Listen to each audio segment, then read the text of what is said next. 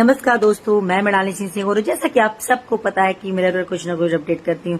अभी बीते कई दिनों से मैं काफी व्यस्त थी और बहुत सारे टॉपिक्स मेरे पास आ रहे थे जिसकी वजह से मैं अपडेट नहीं कर पा रही थी। मैं सबसे बड़ा मुद्दा आपको बताऊं भेल भोपाल का।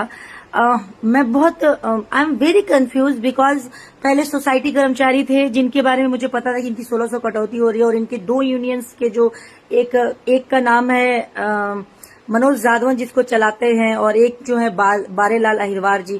तो इन लोगों ने मजदूरों का भरपूर शोषण किया। जब इन लोगों ने अच्छे से शोषण कर लिया तो इन लोगों ने बीएचएल से मजदूरी छोड़ दी और एक पार्षद बन गए थे और एक अवैध बीएचएल की जगह को कब्जा कर लिया और मैनेजमेंट को इस बात का धौंस दिखाते रहे कि मेरे पास इतने मजदूर हैं, ये हैं, वो हैं, ब्ला ब्ला ब्ला, बहुत सारी बातें हैं।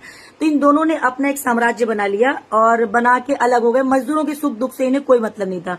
अब जब मैं 2023 में एंट्री की बीएचईएल भेल मजदूरों की दुख दर्द को समझने के लिए, तो वहां पे सबसे पहले सोसाइटी कर्मचारी मेरे पास है। अब मुझे ही बहुत समय लग गया ये समझने में कि सोसाइटी, वर्क कॉन्ट्रैक्ट, महिला, ब्लू कंप्यूटर, ये सब क्या है। जब मैं समझ पाई, हालांकि मैं शुरू से एक पहले दिन से ये कह रही हूँ कि मैं समस्त मजदूरों के लिए लड़ रही हूँ। अब उसके बाद जब मैं समझी, मुझे पता चला 1600 की एक अवैध कटौती हुई है जिसके लिए मैंने 5 दिन का अनिश्चितकालीन धरना दिया था। 5 दिन इसलिए बोल रही हूँ कि अनिश्चितकालीन था, लेकिन 5 दिन में वो धरना ब्रेक हुआ क्योंकि माननीय प्रज्ञा साध्वी जी वहां पे हैं और उन्होंने घोषणा किया था कि हमारी मांगे जो होंगी वो पूरी होंगी। ठीक है, वेतन बढ़ा, जो मेरी मांग थी 2000 रुपए कलेक्टर गाइडलाइन से बढ़ाया गया। मेरी मांग ये भी थी कि मजदूरों को 21, 24, 26, 28 मिले, जिसकी अभी पुष्टि हुई है कि वो भी वेतन केंद्र से लागू हो गया, यहाँ नहीं अपडेट हुआ। वो सारे पेपर मेरे पास हैं। अब इन दो में मुद्दे से हट गई।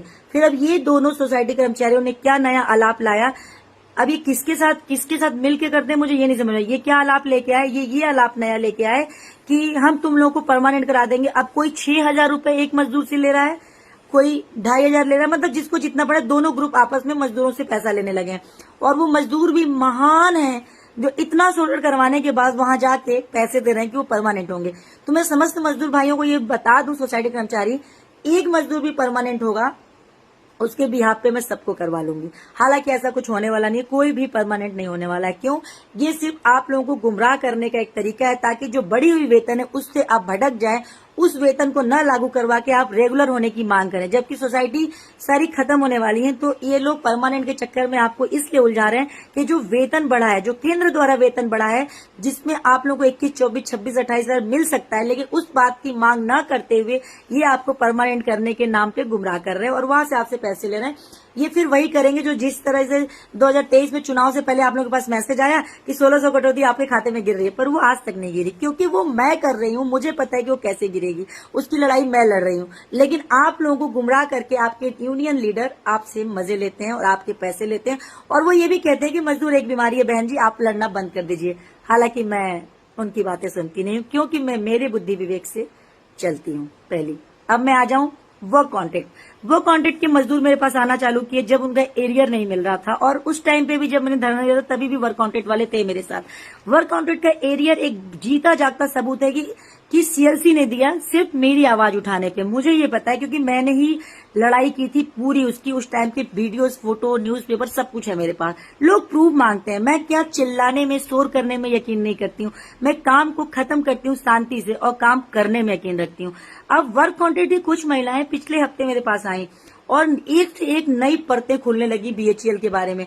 मजदूर महिलाओं का शोषण, अत्यंत शोषण हो रहा है। उनको काम के नाम पे उनसे अवैध वसूलियां हो रही हैं, अनैतिक डिमांड हो रही है। मैं बोल रही हूँ, अंडरस्टूड करने वाली बात है कि मैं कहाँ बोल रही हूँ क्योंकि मुझसे महिलाओं ने रिटर्न में दिया है कि उनके साथ क्या हो रहा है अंदर।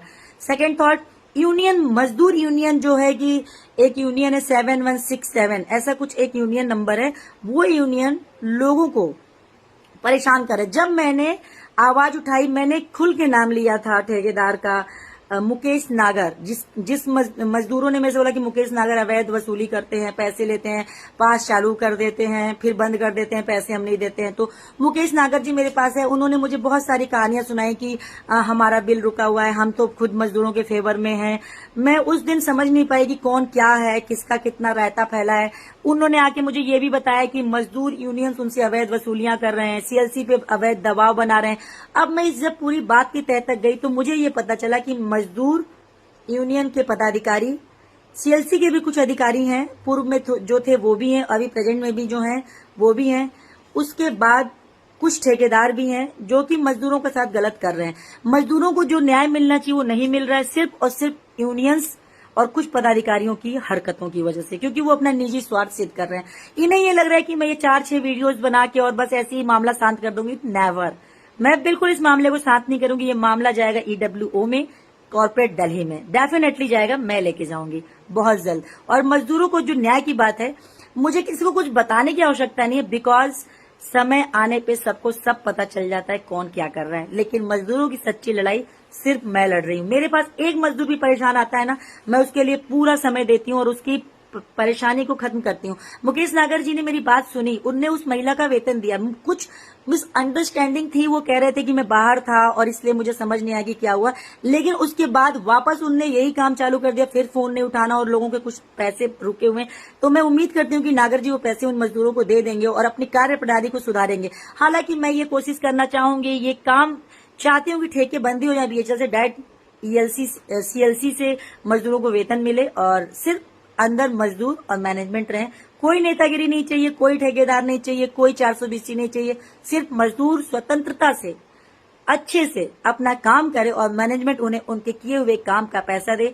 और जल्द से जल्द जो केंद्र द्वारा लागू वेतन हुआ है 21, 24, 26, 28 हजार, वो वेतन लागू किया जाए ताकि मजदूर अपना आर्थिक शोषण न करवाते हुए अपने आर्थिक क्षमता को मजबूत करे। मैं सिर्फ इतनी ही मांग रखती हूँ अपने भारत सरकार से और BHL भेल भोपाल से भी।